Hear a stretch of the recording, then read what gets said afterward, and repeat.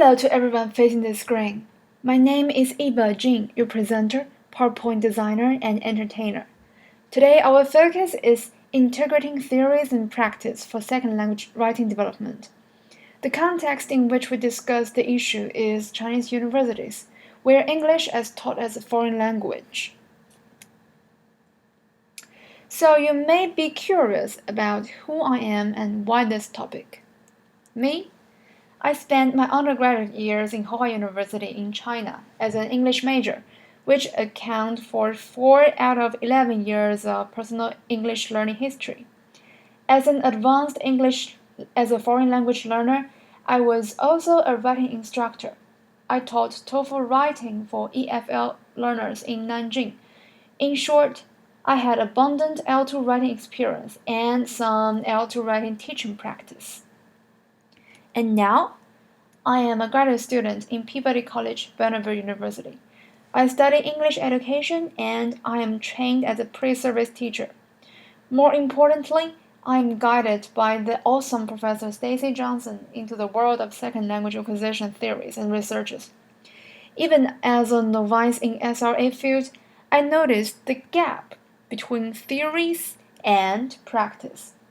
The field SRA yielded considerable fruits, while L2 writing instruction in China is left a long way behind. Such situation is not limited to China. Let's do a little experiment. Read this sentence written by a EFL learner. What's your first reaction to this sentence? You may talk about absent articles, spelling errors, and misuse of clause. You name it. See? Errors, flaws, and problems. This is what we notice. Does anyone see beyond this and appreciate such an interesting metaphor full of black humor in the industrial age?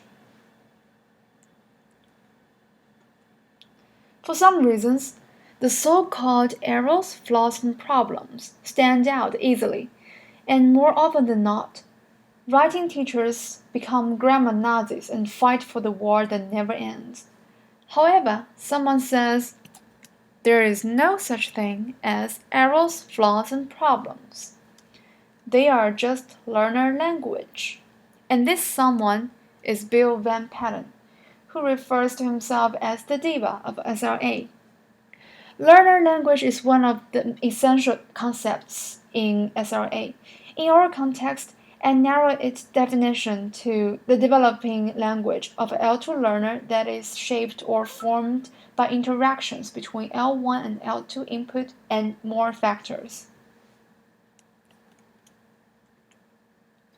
Before we hit the road, it never harms to have a quick map at hand.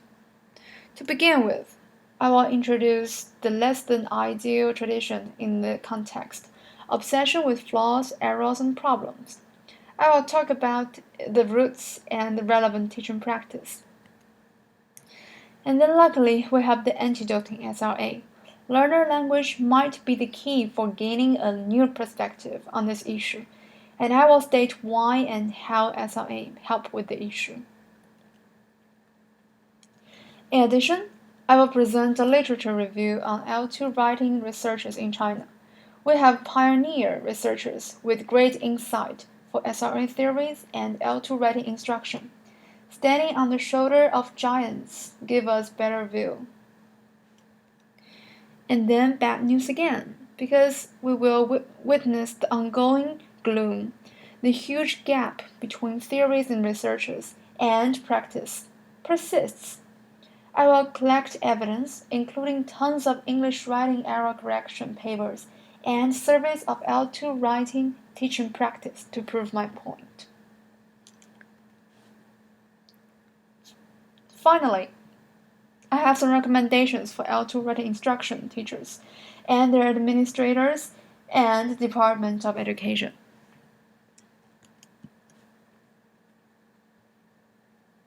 Part 1. Less than ideal traditions. Our obsession with flaws, errors, and problems.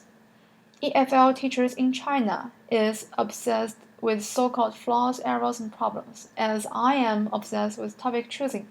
But that is another story, and I will reserve it in the end. Like the little experiment I did on the dandelion metaphor sentence, such tradition might be ubiquitous in any L2 writing instruction. However, China has its unique root.